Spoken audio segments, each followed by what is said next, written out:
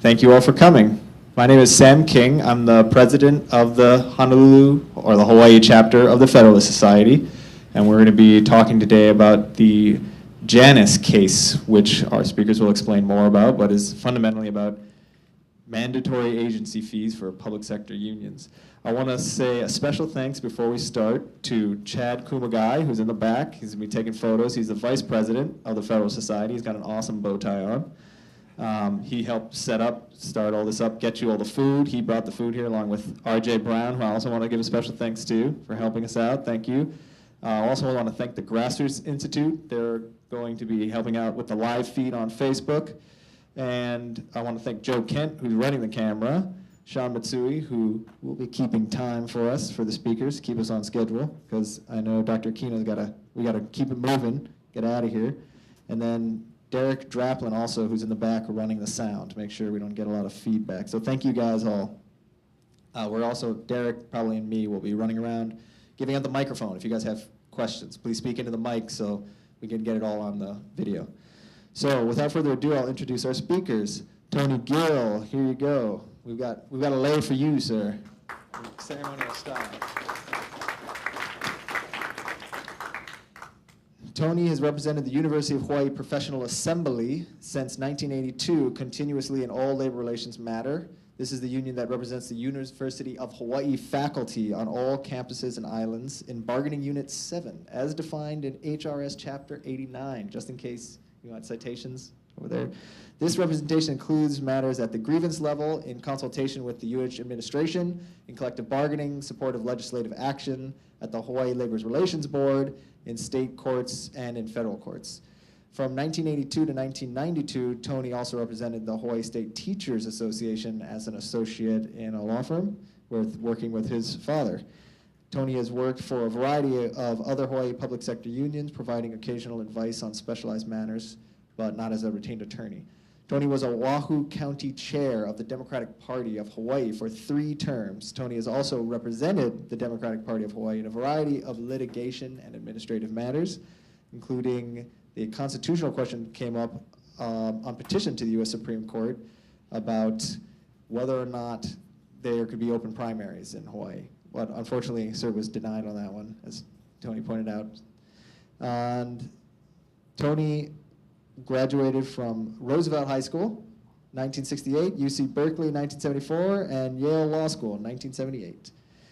And this brings us to our next speaker, Robert Alt. Thank you, sir, for coming down. Here we go. We have a lay for you two. Thank you. Now, you may not know this, but Robert Alt is a Swiss bobsledder who competed in the 1950s for the Winter Olympics and won 4 gold medals. That's not true, but if you Google Robert Alt, that's what you'll find out. So Robert Alt has been the president and chief executive officer of the Buckeye Institute since 2012, where he also serves on the board of trustees.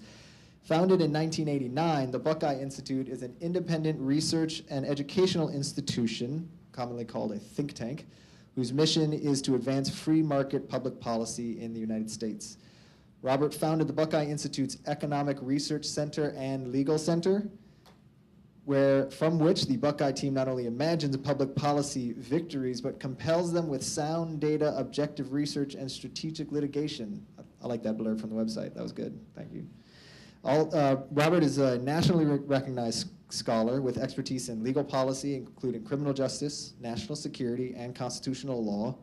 Prior to heading the Buckeye Institute, Robert was the director in the Center for Legal and Judicial Studies, serving under former U.S. Attorney General Edwin Messi III at the Heritage Foundation, where he regularly advised members of Congress and Supreme Court litigants on complex legal arguments and strategy. Robert has published more than 100 articles and blogs. He's provided commentary on CNN, Fox News, PBS, numerous radio programs. In 2004, Robert spent 5 months in Iraq as a war correspondent.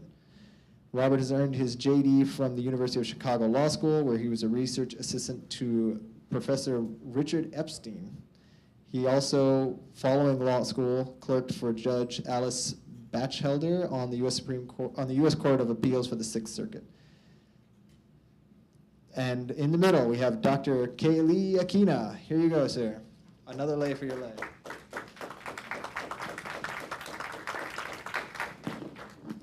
As you may or may not know, Dr. Keli Akina is the president of the Grassroot Institute. In 2016, he was elected as a OHA trustee at large. He earned a doctorate in East-West philosophy and ethics in 2010 and a master's degree in philosophy in 2000, both from the University of Hawaii, and a bachelor's degree in history of religion and economics from Northwestern University in 1992. He's also a graduate of Kamehameha Schools. He will be our moderator for the day. And without further ado, Dr. Akina, please take it away. Well, thank you very much. Let's have a big hand for Sam King. Thank you very much. I have to say Sam King is one of our up-and-coming bright attorneys here in the state of Hawaii, and he comes from a very regal pedigree. But thank you, Sam, for also coordinating the Federalist Society activities. Grassroot Institute is pleased to partner with the Federalist Society, and I want to thank all of you for coming today. The two gentlemen I have to my left and right are people whom I have admired for many, many years, and I'm glad to call friends. I've had the opportunity not only to discuss legal matters with them, but to sit down and wax philosophical. And if you all want to come to happy hour later on tonight at Murphy's, we could perhaps get very, very philosophical.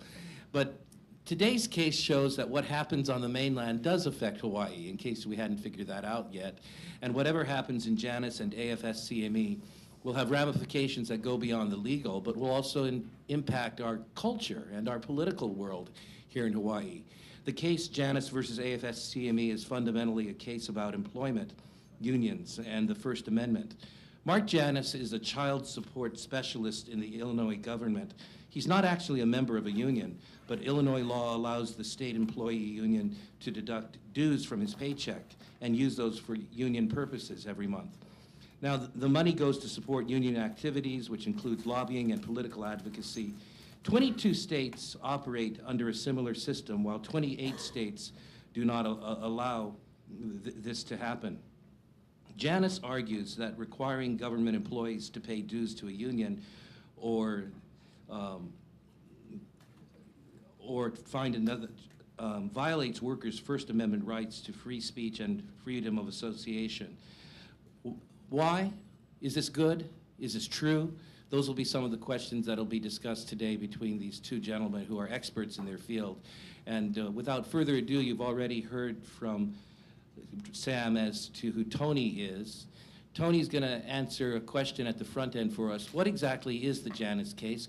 Tony, could you kind of outline it for us? And I believe you also have some slides. Please give a big hand to Tony Gill. All right, Professor Roth, I know you're going to grade me. In the interest of accurate oversimplification, I will now rush through what could take 40 hours, okay, in about a couple minutes. The First Amendment, you've heard of it. What it does is it restrains government. It prevents government from impeding political discussion, which is required for self-government. Distinguish, please, between government as the sovereign, that is, in its relationship to all of you as citizens, and government as an employer, because government as an employer faces all the same problems any other employer would. Generally, the government is tightly restrained, which leaves a large area of free speech for you as a citizen, but is less tightly restrained, which leaves them more able to control and restrain your speech as an employee.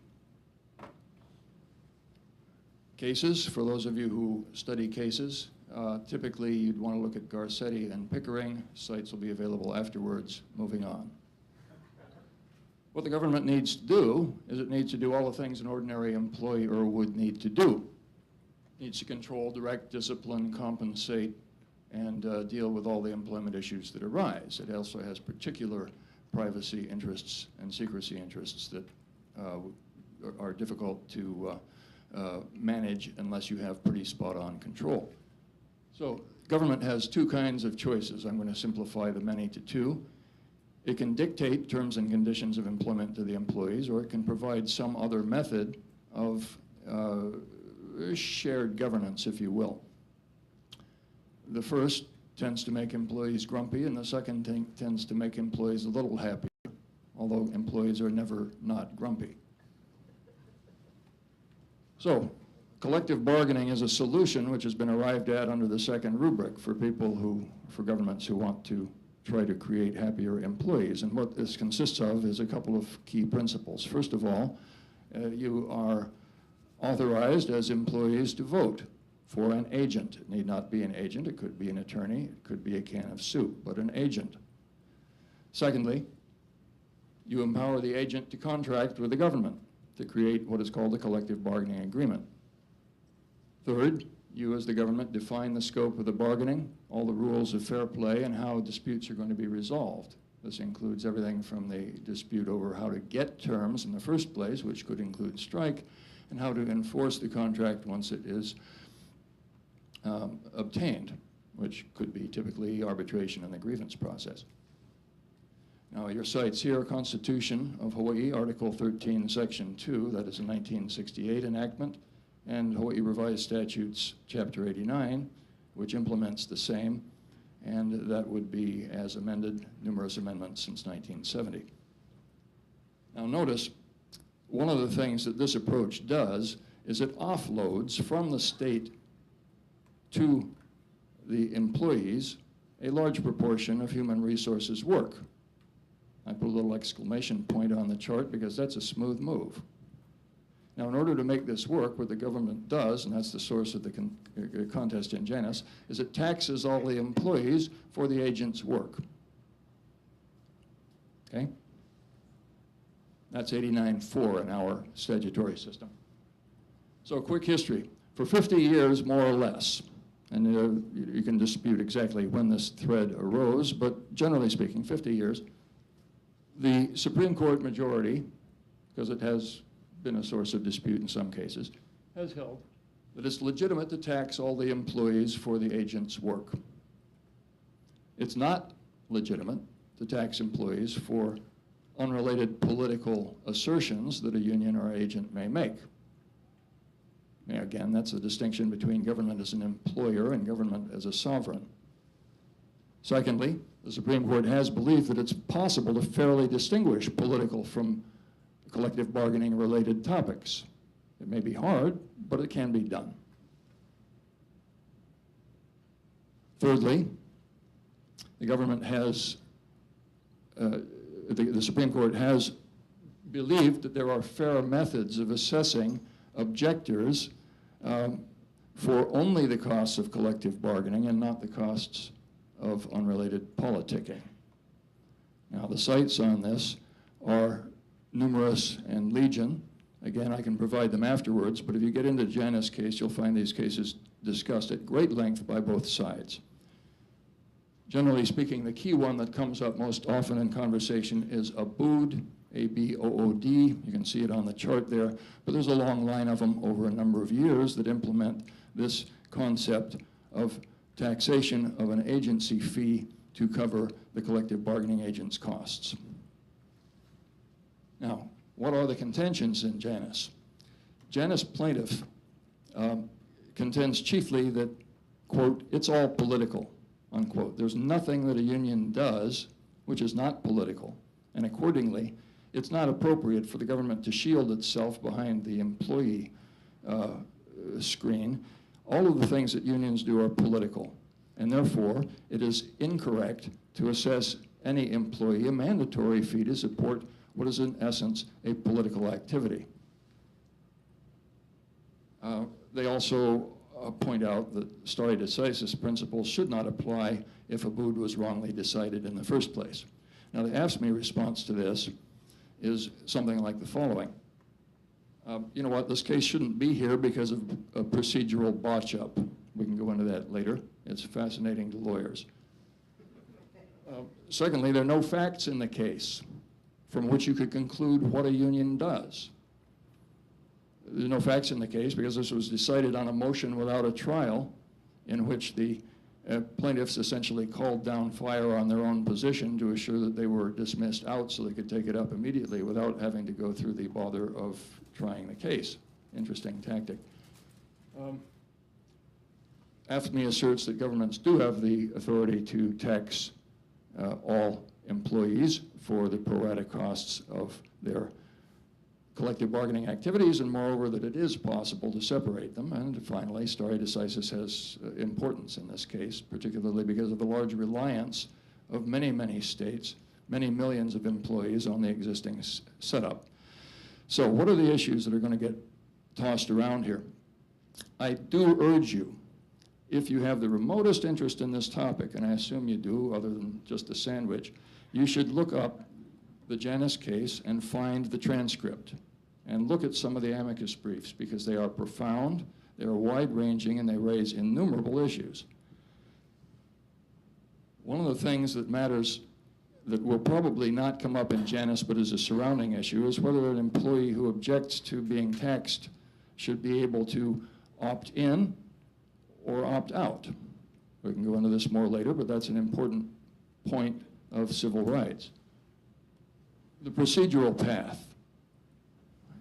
How did the case get up there? This is going to be litigated again, and in fact is already before the same judge in the Central District of California that heard the Friedrichs case, the father of Janus, and the court says that if the union wants to put up a defense, they're not going to dismiss out. So it wouldn't go up on a short form procedure. The Breyer-Scalia compromise. We can talk about that a little bit if you're interested. This is an alternate test which Justice Scalia years ago proposed in the Leonard case, and Justice Breyer in the current argument has brought up again. It would try to change the rule by which you discriminate political from collective bargaining. And that is of interest to lawyers particularly. The exclusivity of the bargaining agent. Ordinarily, the government prefers that there be one bargaining agent. If you have 2, 3, 4, 5, 10, 20, 50 bargaining agents, you have no advantage to the system. One bargaining agent gets them to offload all their HR problems to the union simply and not deal with contests between competing schismatic factions. So they prefer exclusivity. The integrated bar. Integrated bar of interest to you. Hawaii has an integrated bar. There was some controversy over it for a number of years. The integrated bar cases are very close to agency fee cases, and the impact of Janus could slop over to that very easily. The university student organization fees are another related topic. Typically, you go to a university, you contribute a university fee for speech, all the campus organizations get a share of it, etc. That is a compelled subsidization of some speech activity, the same as the integrated bar, the same as the agency fee. Now, here are a few of my annoying thoughts. And these are the things that are policy spin-offs that are potentially possible from the Janus case, or they are problems in the trial of the case. First of all, and I speak not in an attempt to summarize the case, but from my own perspective. The problem from where I sit as union counsel locally is that about 15% of what a union does is collective bargaining. About 85% of it is not. It's contract enforcement, consultation, or hand-holding. And hand-holding, I'm going to jump down to what I call the poor Jim yellow frisbee hypothetical. Jim is actually an actual person. So he's a union agent, and he sits in an office, and somebody comes in and says, you know what, I want a yellow frisbee under the contract. And he, after a long explanation, there is no yellow frisbee under the contract, you can't get it. He convinces the person that there is no such thing, and after a great deal of hand-holding and weeping, the person says, thank you, I appreciate the counsel, matter is resolved, I don't get a yellow frisbee, thank you, bye. Okay, now under the proposed Janus decision the plaintiffs have brought, that would be political activity. It would either be political activity on its face, or it would be political activity because it is aggregated through hundreds of frisbee requesters.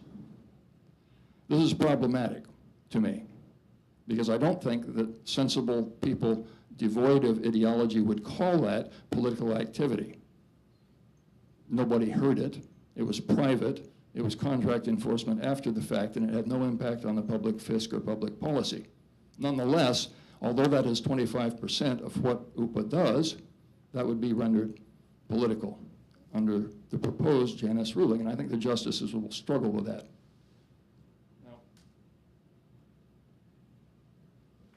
So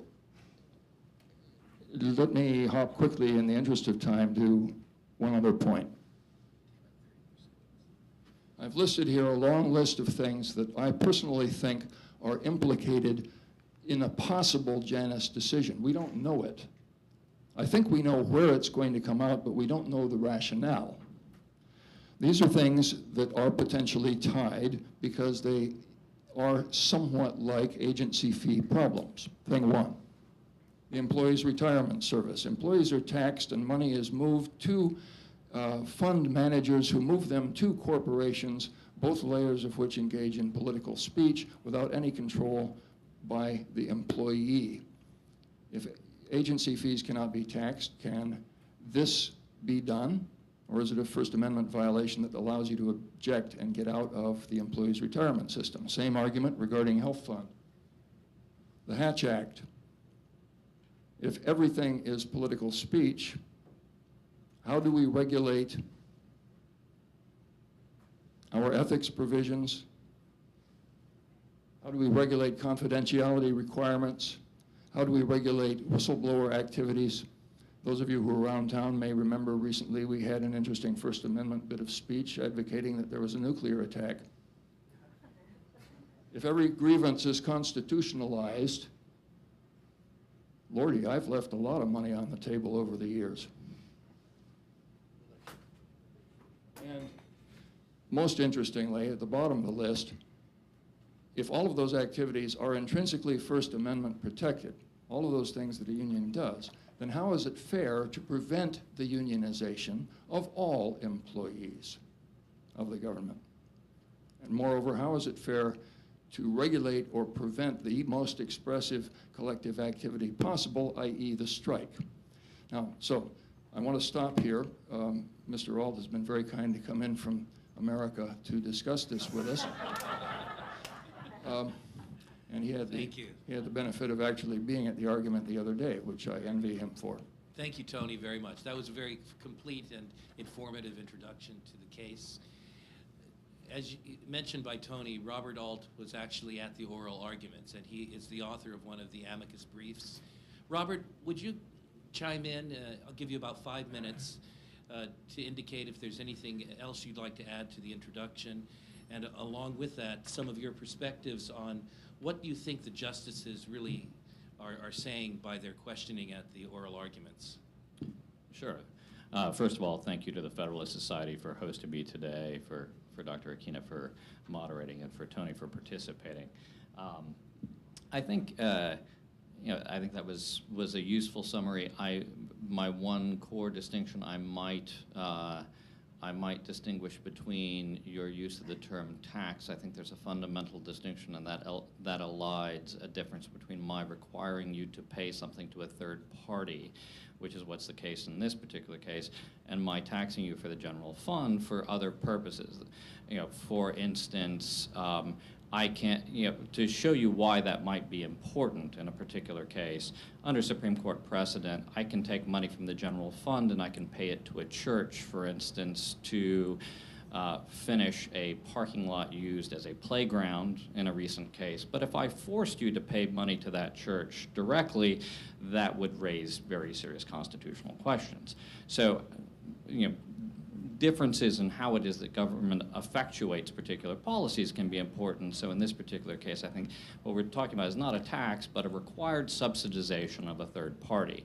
And that's where I think if you take a look at the questions that were asked by the justices, they really went into the question of sort of how it is that this third party uses these funds. And Justice Kennedy, who is traditionally the key swing vote on the court, was particularly aggressive on this issue, noting at one point early in his questions, what we're talking about here is compelled subsidization of a private party that expresses political views constantly, end quote. And that really is sort of the key. The example of the yellow frisbee, in terms of dealing with something that might be an absurdity, is an interesting question, but it's useful to actually take a look at what we know about how it is that unions have engaged in collective bargaining, not in political speech, qua political speech, but what it is they're collectively bargaining for. Again, I turn to Justice Kennedy and his questions in the case. They advocate for greater size workforce, against privatization, against merit protection, for teacher tenure, for higher wages, for massive government, for increasing bonded indebtedness, for increasing taxes. All of these are fundamentally political questions, and you can understand why it is that an employee may not wish to subsidize that particular speech. Or I can provide examples from where I live in the Midwest. Back in the day, you would take a look at a quarter and you'd think that this was potentially used to make a phone call. That's, you know, sort of ancient history now, I suppose. But in Westerville, teachers know this particular device is something else. This is a device used to determine your fate under a collective bargaining agreement, which is to say, the teachers union in Westerville, Ohio is so opposed to merit being considered as a factor in teacher employment decisions, including layoff decisions, that if layoffs have to be done at some point, and if there is a tie in seniority, at that point it wouldn't matter if the tie were between the teacher of the year and a teacher who had been reprimanded and was a poor performing teacher. The decision would have to be made by a coin flip under the collective bargaining agreement. Most people would say that's fundamentally a political decision.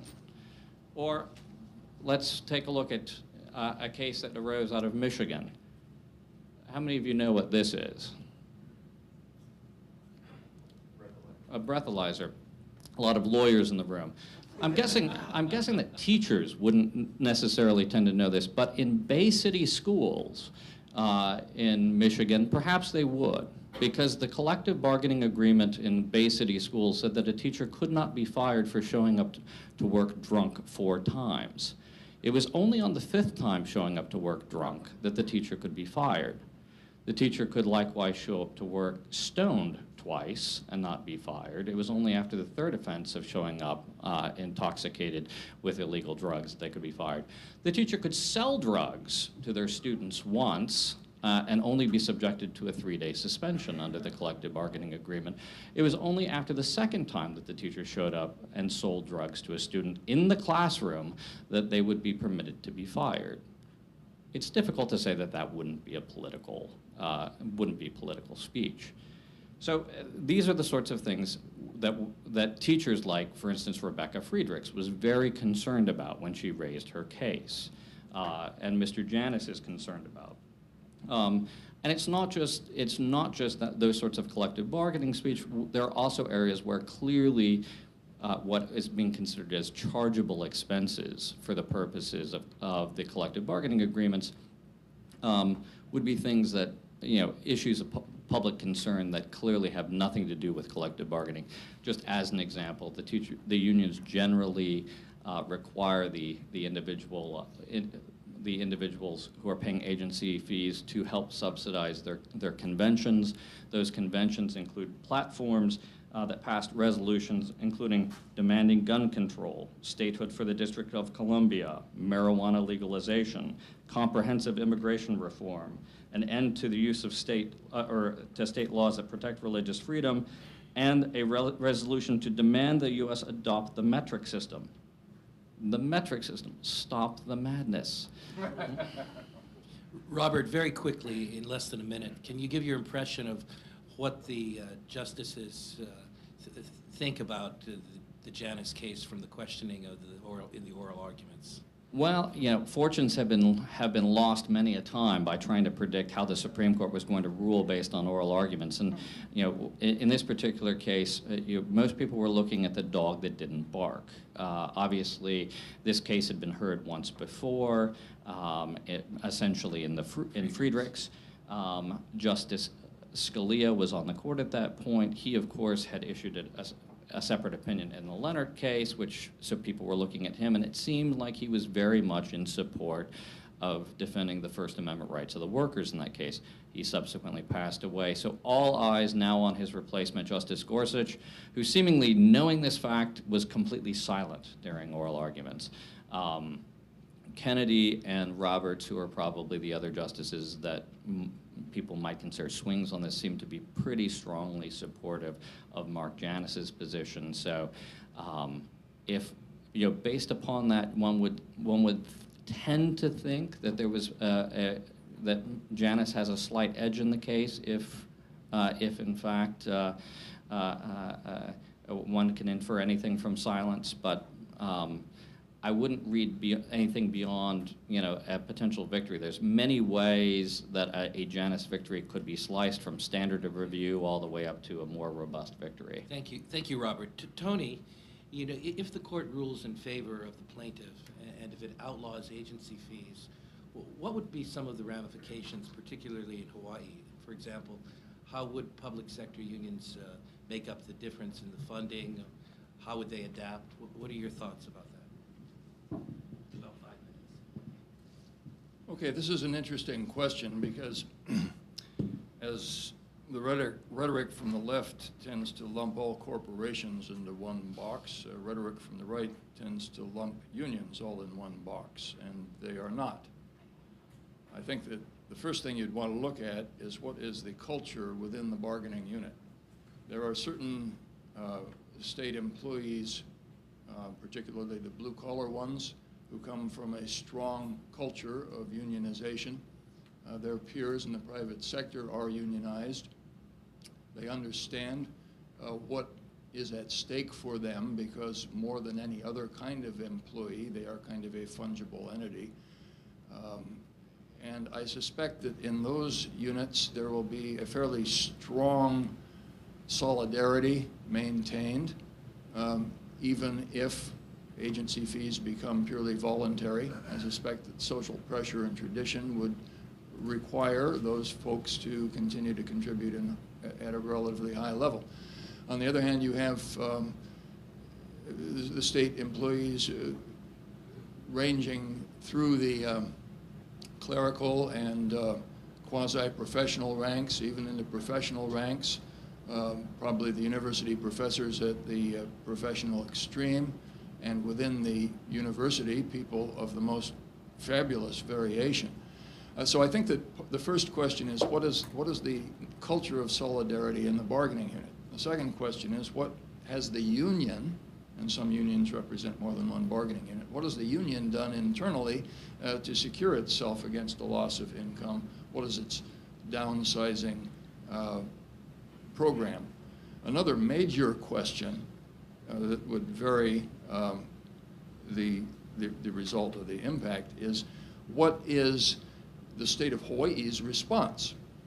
Now, I recall from reading the transcript, and not having had the benefit of being there, that Justice Alito and Bill Messenger, advocating for plaintiff, had a colloquy in which it was resolved, at least to their satisfaction, that there is no constitutional requirement that the union be obliged to represent all persons under the so-called duty of fair representation. If that's the case, there's not a constitutional requirement, then it's clearly a matter for state determination.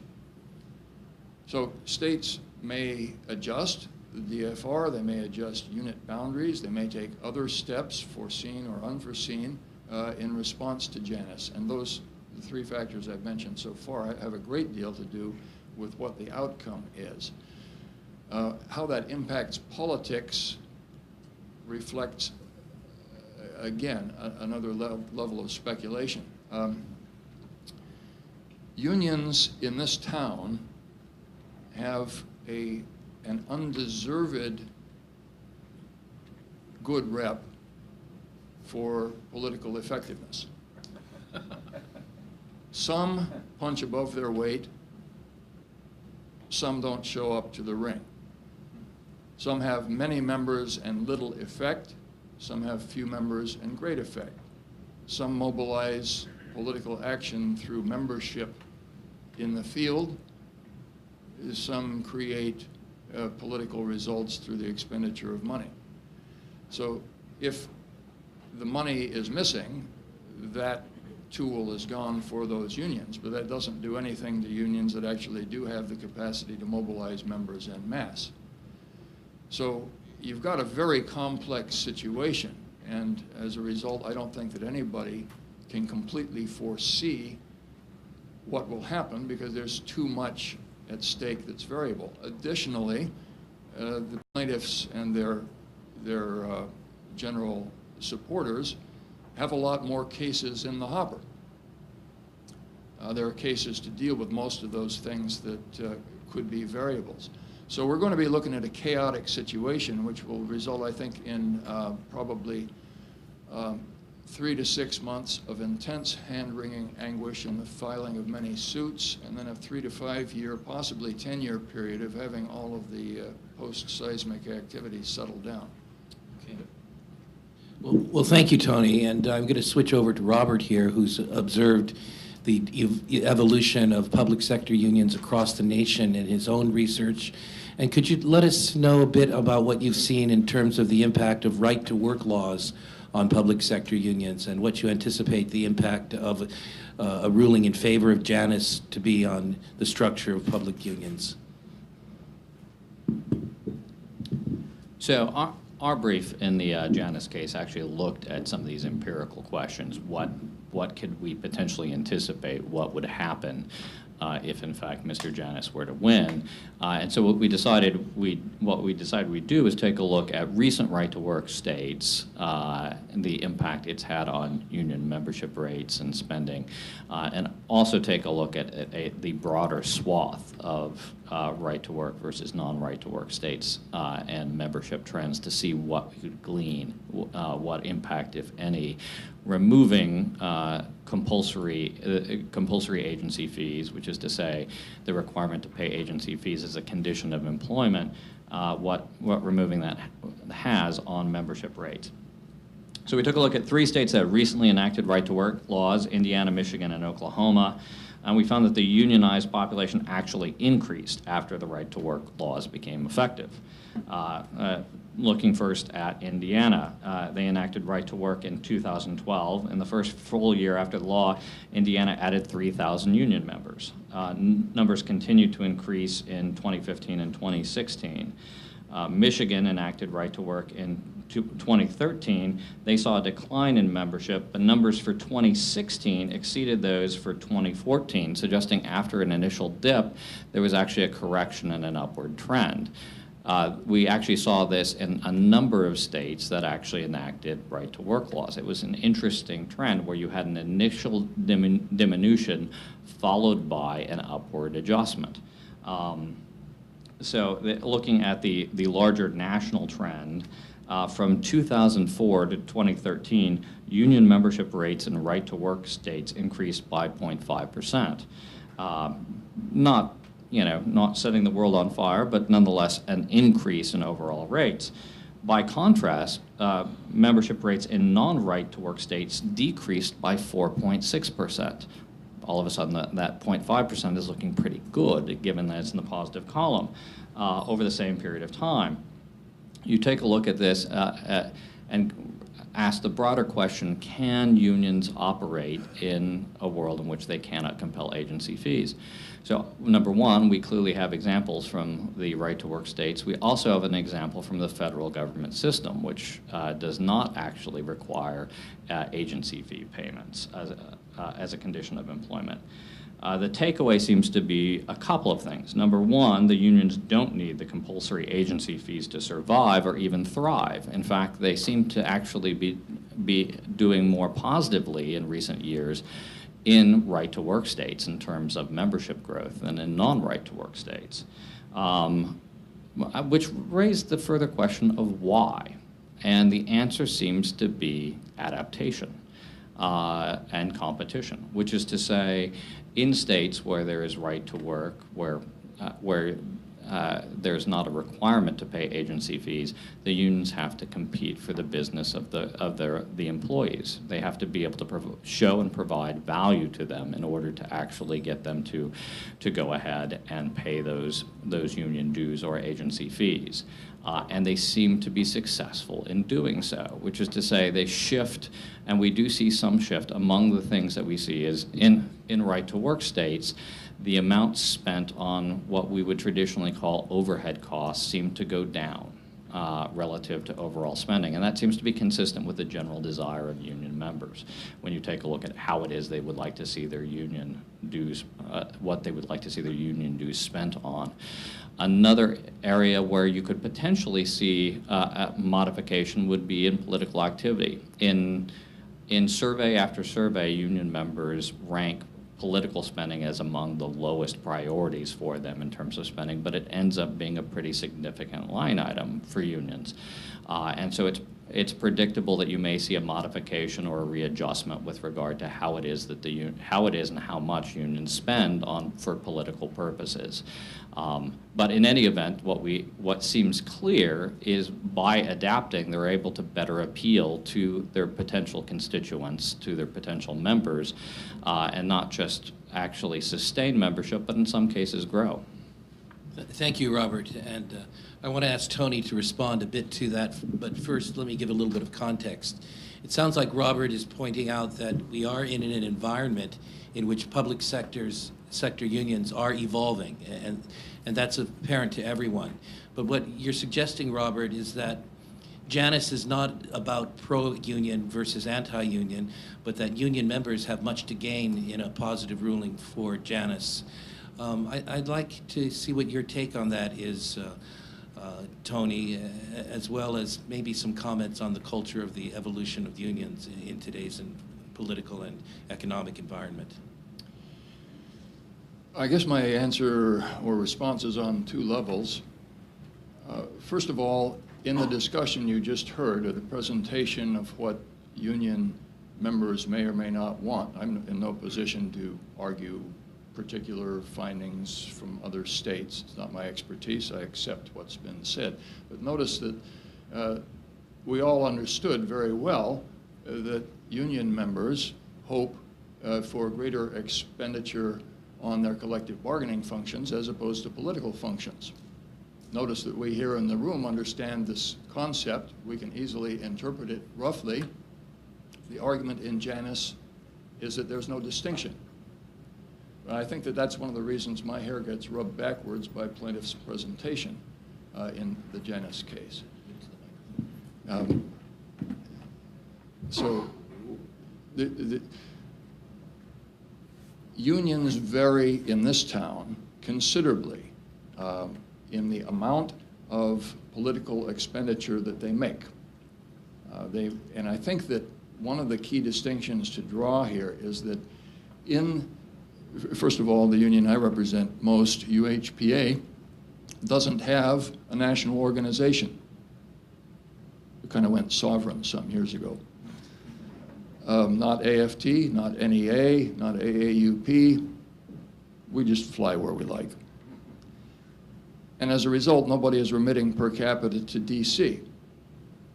Now, a lot of the people in DC sit there and they see the international unions, national level organizations are frequently called international, spending money politically, because that's what they do. It is their job to go to DC and bash on all the other folks who are bashing on the other folks in DC, and what makes that such a charming town. Out here in the Pacific, we spend a little bit from time to time, but nowhere near the amount or proportion that an international or national level organization would. So from the point of view of professors here, not even members are asked to support or made to support political expenditures. Members don't have to. So, and in Hawaii, the kinds of bargaining that led to the extreme and admittedly either humorous or absurd examples given before, I mean, people recoil with horror at that kind of thing. They also recoil in horror from the idea that a union could put a municipality into bankruptcy. In Hawaii, our scope of collective bargaining is so narrow, we can't bargain pension funds. We can't bargain much at all about health funds. We can't bargain most of the things that cause the governments to teeter. Most of the units can't even strike. So the political expenditures that are made in this context by the local unions are actually fairly modest. And frankly, are in danger of being overwhelmed by out-of-state expenditures that are possible under Citizens United. This is why I said before that the vaunted union effectiveness in politics is actually either legendary and mythical or not grounded in current reality. It's an unfortunate fact from the union point of view. The net amount of expenditure is likely to raise less ire than it might in other contexts. So I don't want to claim that Hawaii is completely unique, but we do have unique features of our law here. So I will gladly yield the rest of my time back. Thank you, Tony. Appreciate that. Before we go to Q&A, I want to give Robert the opportunity to answer the final question, and it has to do in part with the response to Tony's analysis and the Hawaii scene. I know that although you're based in Ohio, you've been observing what takes place nationally and in particularly here in Hawaii. You were recently on Hawaii Public Radio with your views, and you understand a little bit about the union culture here in our state as well. So what lessons can we learn from other right-to-work states that can help us understand what needs to be navigated and what may happen as a result of the Janus case here in Hawaii? Sure, thank you for that. No, I think like any other major question of this sort, culture matters. And so if you take a look, I think, at unionization rates with regard to right-to-work states, in those states or in those professions where there's a strong union culture, you see a much lower impact of in terms of opting out by individuals. And we should keep in mind, if Mark Janus, one of the things I think that Tony alluded to but may not have been perfectly clear, most likely if Mark Janus were to win, there's a few potential options. One would be that the court simply establishes what the standard of review is, which is to say, gee, we think that previous cases got it wrong and that heightened scrutiny is required for these First Amendment rights, and we send it down for a lower court to determine it, and then it has to percolate back up again, so we end up with what's really probably a fourth case trying to answer this question. They could, alternatively, if Mr. Janus were to win, say that he had this First Amendment right, but what does that mean? Well, it means most likely that to exercise that right, public sector workers would have to make the choice as to whether to opt out of the union or not. The default would be that they're in the union unless they took the steps requisite to opting out. And so one of the questions that we'd have is, who's going to be inclined to opt out? And I think the answer is, if you're in an effective union, if you're in a culture that has a very strong, if there's a very strong union culture in your state, as I think there is in Hawaii, my guess is that the number of individuals who would choose to opt out would be fewer than perhaps in some other areas. If you've got a crazy collective bargaining agreement like the one I just mentioned from Michigan, that, if your union is being less responsive, those are the sorts of things that might in fact encourage you to opt out of the union. So again, under the competition theory that we talked about, it probably does, make sure or shift union priority alignment more toward that of the individual membership in order to try and make sure that you keep them as members. But my general intuition is that the effect in Hawaii because of that may not be as drastic in terms of the number of individuals who would choose to opt out as in some other states. But it could, nonetheless, as we talked about under the competition theory, impact the behavior, how it is that the unions choose to represent what issues they tend to emphasize with regard to collective bargaining. The one distinction with regard to Tony's previous statement between the sort of political versus collective bargaining, the political speech, the political spending that they tend to disapprove of, that tends to be direct PAC spending. These are actual contributions from unions to political candidates, which are significant. I think over the past decade or so, if you take a look at the top unions, you're talking about over $600 million have been spent in direct political contributions. Those obviously are very significant, and those, again, tend to be less popular among rank-and-file members. As opposed to collective bargaining speech that may touch on issues of public concern. That's really the core of what we're talking about in the Janus case, not political contributions. That's already been settled by prior case law in terms of that has to be separated, and you already have a right not to contribute to that as a non-member. So. Thank you. Thank you, Robert. And at this time, we would love to have your questions. And to do that, I'm going to call Sam King to come up and take the microphone here. And, in fact, invite you to pose the first question.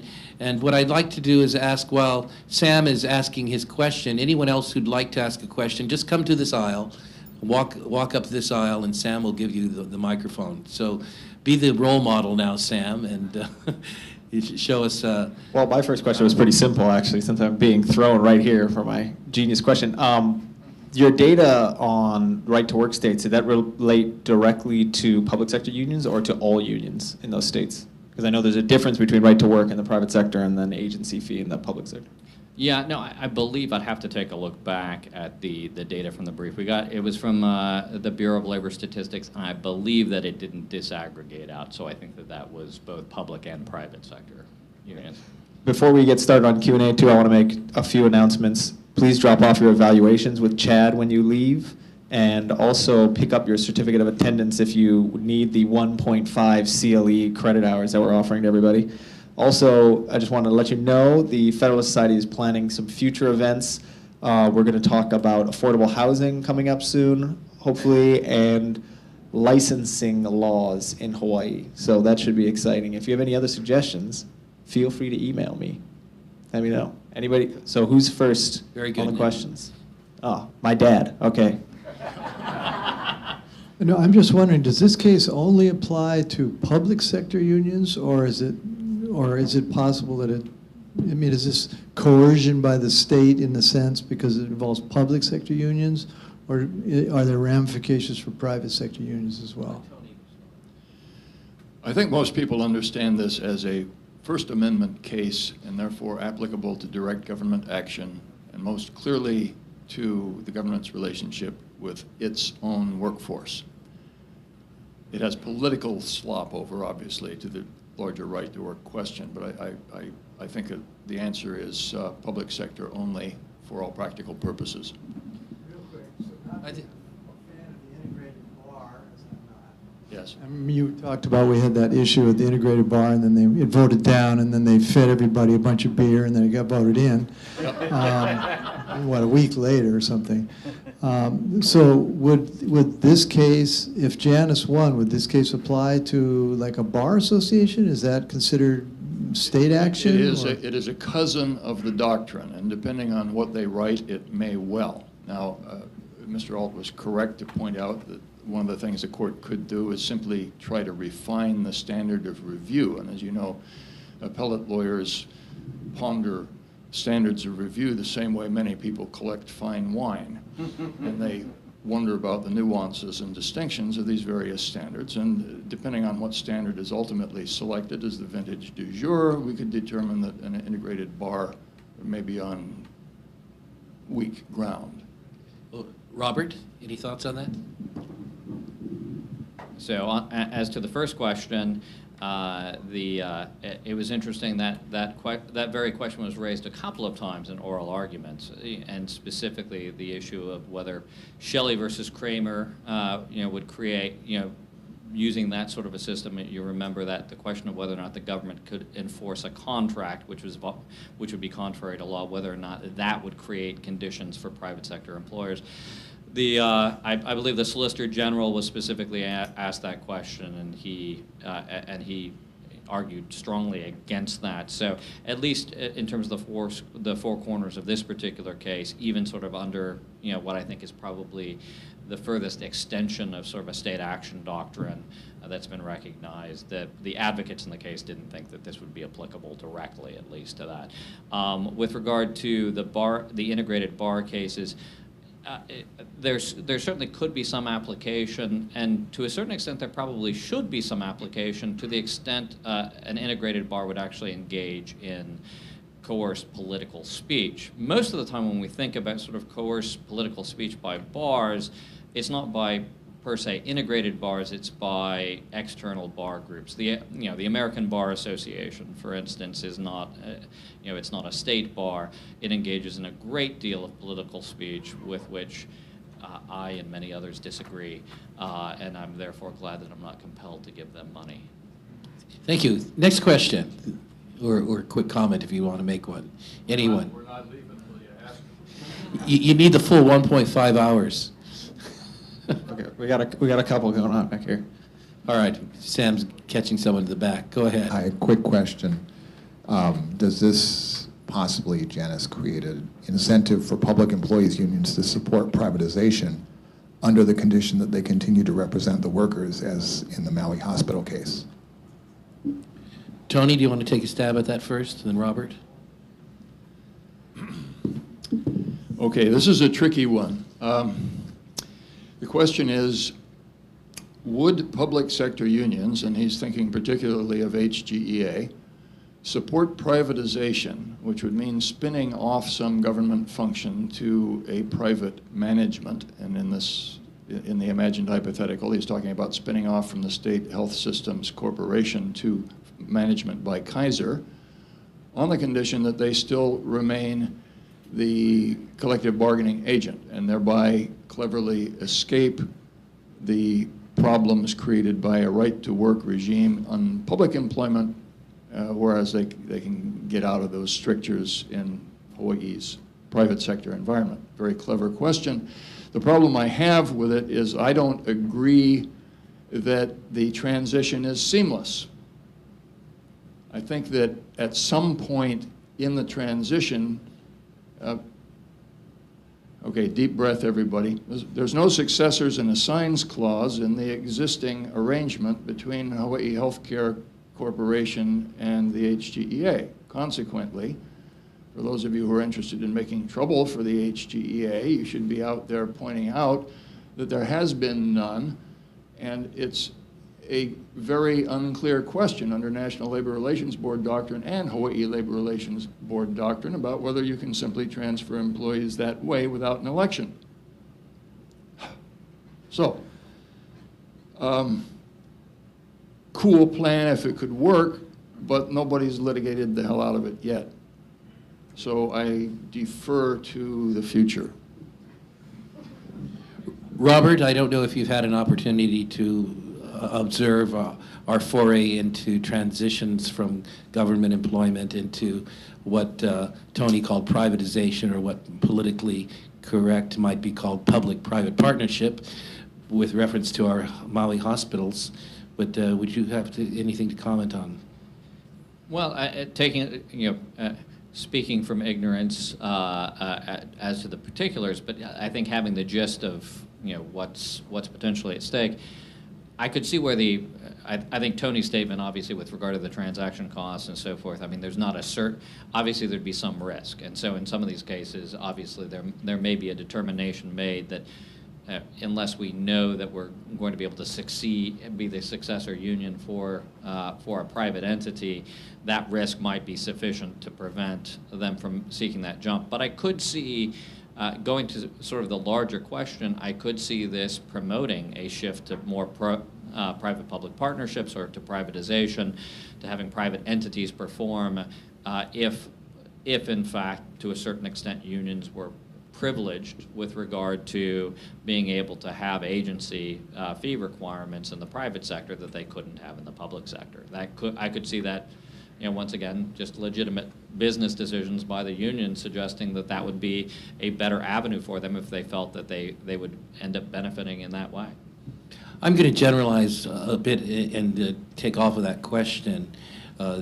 The case of Janus versus AFSCME deals with a public sector union. Our transition in the state hospital system on Maui involved employees going into potentially a private sector union. Are there any dimensions of that that might impact your response, Tony? Yeah, I was trying to allude to that, probably too elliptically. To further complicate the question, short answer, yes, of course there are concerns in the transition between public to private sector, which are all untested, I think. But of greater interest is the fact that the union in question has both public and private sector components in it. So, and this is significant to the union geeks among us because the private sector components are subject to the LMRDA and the public sector components are not. What's he talking about? It matters. So, but AFSCME has two heads, so they can pull this off successfully. Yeah, I think that there's an interesting question underneath it, but there's a lot that has to be excavated before you get to the question. Thanks. And Robert, just to follow up, does this go back to something you were talking about a little bit earlier, that the hard and fast line in the sand between public and private may not be so hard and fast? I think so. Although I do think that there are some core distinctions, and you can begin to see why it is that some of the First Amendment and other concerns are more robust in the public sector. Once again, when you're dealing with questions where it is the public fisc at stake as opposed to a privately run hospital, those really are ultimately more appropriately political questions. And so, you know, looking at this and saying, well, why is it that we should treat one under the First Amendment one way and the other something differently? You can understand, once again, in those situations that, now Tony had suggested that issues that might push a municipality into bankruptcy, those are beyond the purview of negotiations in Hawaii, but in many states they're not. In many states, those are expressly what collective bargaining covers, are issues like pensions. That very much was an issue with Mr. Janus in Illinois, where the pension system is pushing insolvency, and he's very worried about whether or not the pension system he's been contributing to will be there, given the stances that have been taken by AFSCME in Illinois. Whereas, again, it's not necessarily a pure political question when you're dealing with private entities. So while there is some blurring, I think for First Amendment purposes, there's important distinctions that go to why it is that we may actually treat them somewhat differently.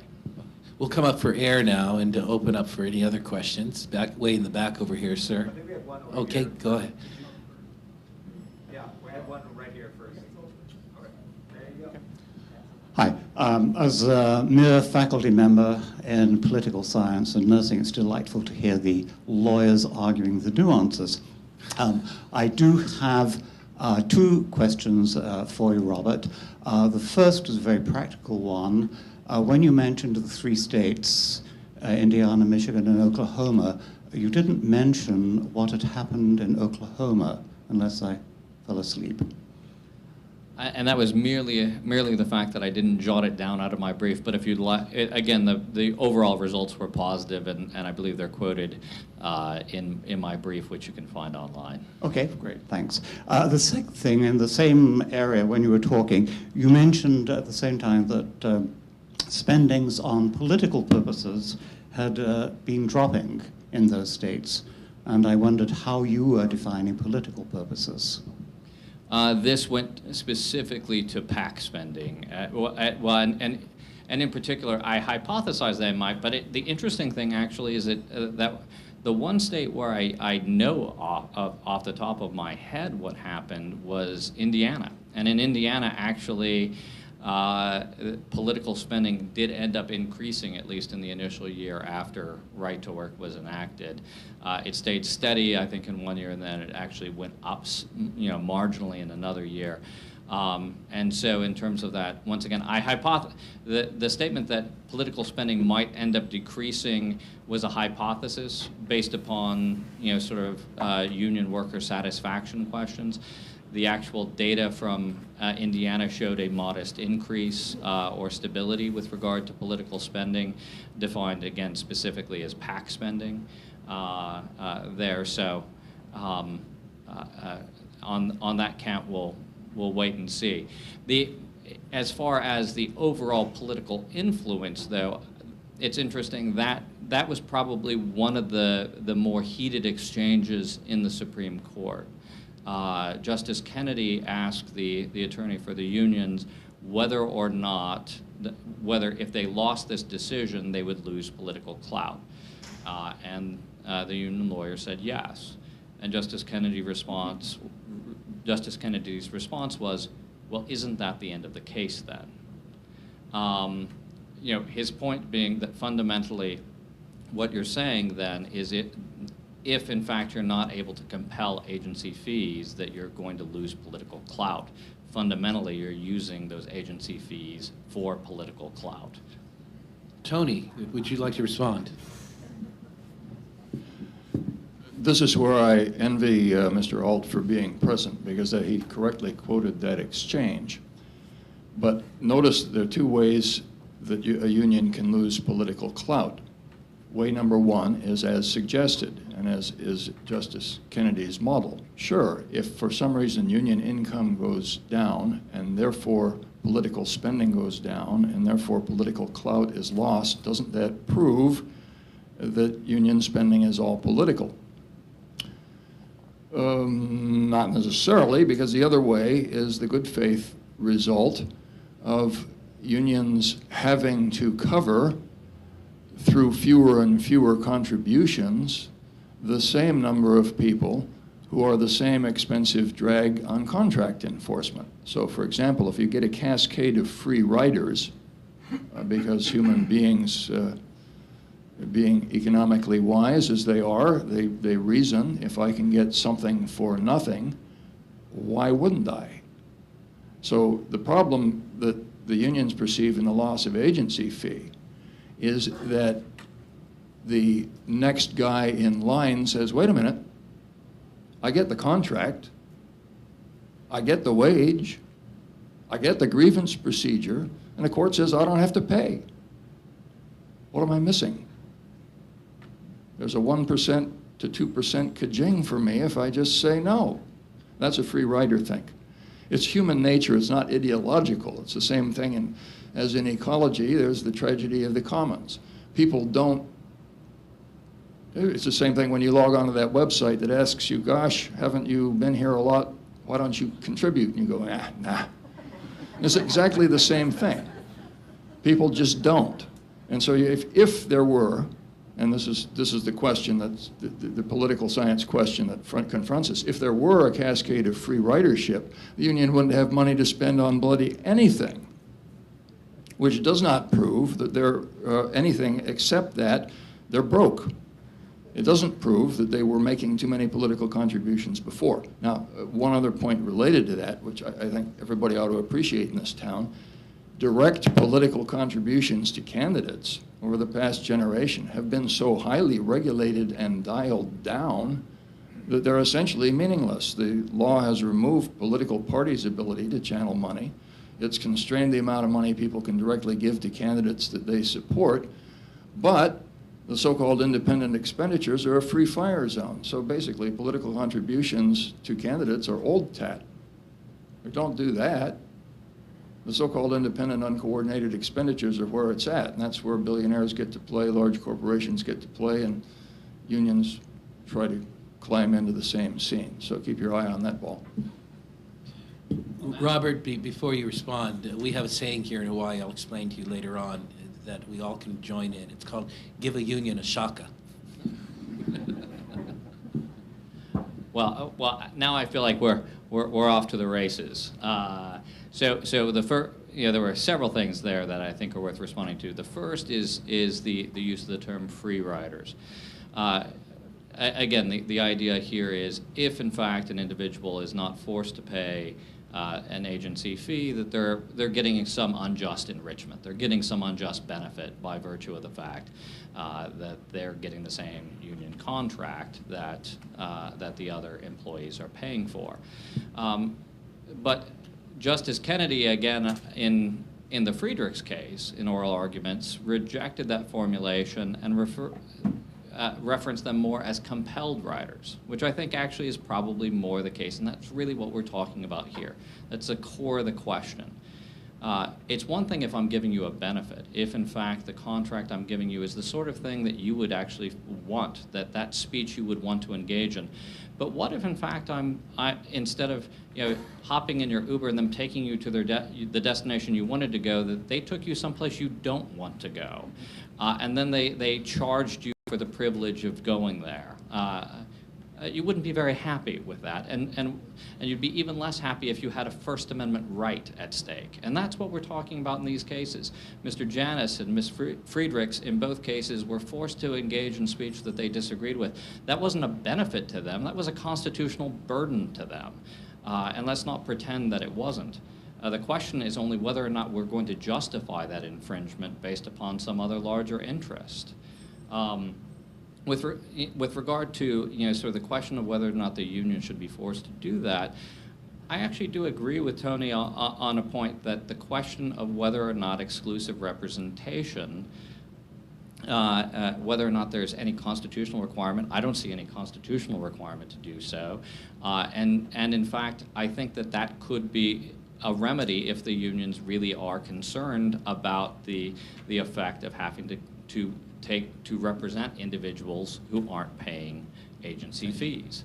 And then finally, the question of whether or not the unions would have money to engage in the representation. I think we've already established that in state after state where there are right-to-work laws in place, that the unions not only have been able to survive but to thrive. So that we found that even if you do give individuals the right to opt out, that unions are able to perform. Thank you. And that was our alarm clock. With that, I'm going to go back to Robert and give you a minute to say aloha to everyone and any last thought that you have. And then Tony, take a minute to give any last thought that you have after that. After the word, these gentlemen will be available for you to interact with. Robert? So with 1 minute, I'd say, I think that the big takeaway from the Janus case is that you can have your cake and eat it too. You can actually have First Amendment rights and have unions that are able to continue to operate and to thrive and to exercise the influence that they're seeking. We've seen it once again in the data. Looking at non-right-to-work states versus right-to-work states, the unions are able to continue to appeal to members. They do so by becoming more competitive, by becoming more adaptive, by evolving and reaching out to their members. But at the same point, you're able to respect the important First Amendment rights of the individual workers and make sure that they're not compelled to engage in speech that they disagree with, something that most Americans would consider immoral. Thank you. Please give a hand to Robert Alt.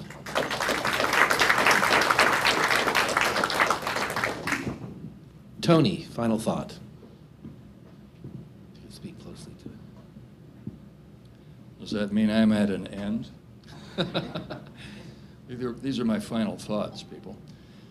The rhetoric about compelled rider and free rider is interesting because it is a proxy for a chicken and egg problem, or kind of a presuming the consequent. What matters is whether the speech that is compelled in the government's regulation of its employees as such is different than the speech of employees when they walk outside and put on their citizen's hat. That's what matters.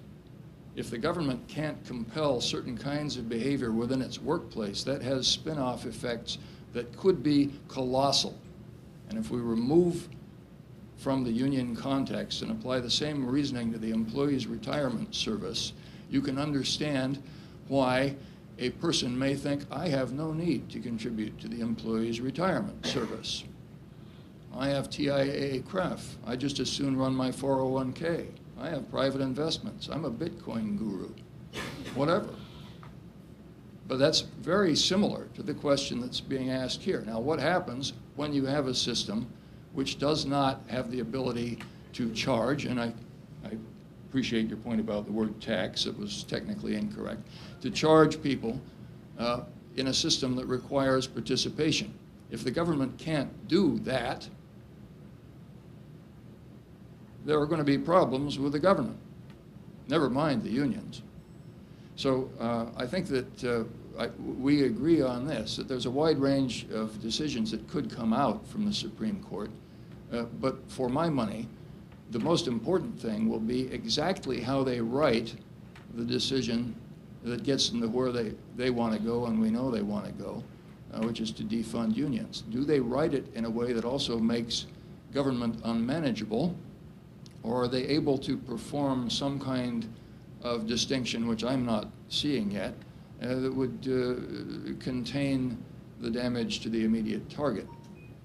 That's what we'll be watching for, and I very much appreciate your attention. I appreciate Mr. Alt coming out here to discuss this, and thank you very much to Keli for moderating. Thank you. Please give a hand to Tony Gill. Thank you.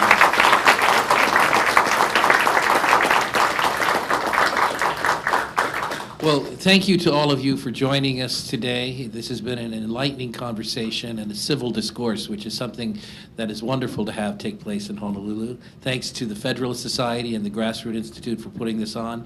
And in closing now, back to our host today, Sam King. Thank you. Aloha, everyone.